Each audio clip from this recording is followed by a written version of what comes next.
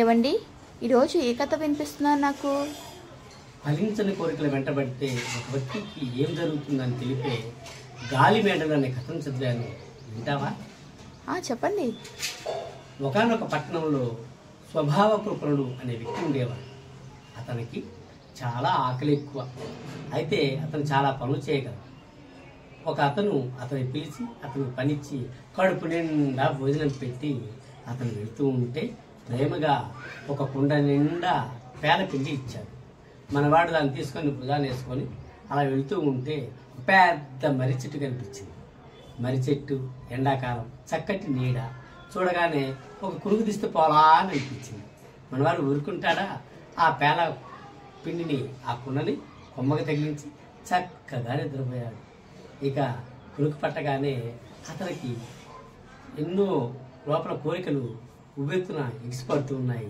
అతను మనసులో ఇలా అనుకుంటూ ఉన్నాడు, మా ఊరికి కరువు రాకపోదు, ఒకవేళ వచ్చిందే అనుకో అందరికీ ఆకలి అవుతుంది, ఎక్కడ ఆహారం కోసం బాగా ఎతుకుతారు, నేను కనిపిస్తాను, నా పేలపిండి కుండ కనిపిస్తుంది, అందరూ నా దగ్గరికి రాగానే నేను వెండి నాణ్యాలు అడుగుతాను, అందరూ నాకు వెండి నాణ్యాలు ఇస్తారు, ఈ వెండి నాణ్యాలు తీసుకొని నేను వెళ్ళి మేకలు కొంటాను, ఆ మేకలు 6 నెలలకు ఒకసారి ఈనుతాయి, పెద్ద మంద తయారవుతుంది, ఆ మందని తీసుకెళ్ళి నేను మళ్ళీ ఆవులు కొంటాను, ఆవులు సంవత్సరానికి ఒకసారి ఈనుతాయి, ఆవుల మంద కూడా అమ్మేసి గేదెలు కొనుక్కుంటాను, గేదెలు కూడా మళ్ళీ ఈనుతాయి, ఆ మంద కూడా తీసుకెళ్ళి అమ్మేసి నేను మళ్ళీ ఆ తర్వాత గుర్రాలు కొంటాను, గుర్రాలు కొని ఇక ఆ గుర్రాలు కూడా అమ్మేసి పెద్ద భవనం కట్టించుకుంటాను.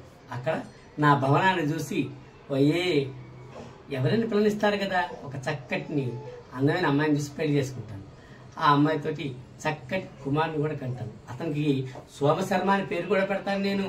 ఆ పక్కనే ఆ తర్వాత 10 నెలల తర్వాత వాడు గుడిగుడి నరకలతోటి నా దగ్గరికి వస్తాడు. వస్తుంటే ఇలాంటి పుస్తకం చదువుతూ ఉంటాను, ఆ పిల్లాడు అక్కడ వచ్చి పడిపోతాడు. వెంటనే ఏమిటే అబ్బాయి పడుతుంటే చూసుకునే పని లేదా అని గట్టిగా గద్దిస్తాను. మా భార్య నా మాట వినిపించుకోదు, మళ్ళీ గద్దిస్తాను, మళ్ళీ వినిపించుకోదు. వెంటనే ఒక కర్ర తీసుకొని దభేలమని కొడతాను. ఏం జరిగిందో తెలుసా? నేను కొట్టింది నా భార్యని కాదు, ఆ పైన పేలపిండిని. వెంటనే ఆ పేలపిండి అంతా నా మొఖాన్ని పడిపోతుంది. ఇలా అంటే ఫలించని కోరికల వల్ల మానవుడు ఎలా తన జీవితాన్ని నాశనం చేసుకుంటాడో ఈ కథ ద్వారా తెలుసుకోవచ్చు. ఇలాంటి హాస్యభరితమైన కథలు మీరు ఇప్పుడు చదివి ఉన్నా, విని ఉన్నా కామెంట్ సెక్షన్లో కామెంట్ చేయండి, సబ్స్క్రైబ్ చేయండి ఛానల్ని.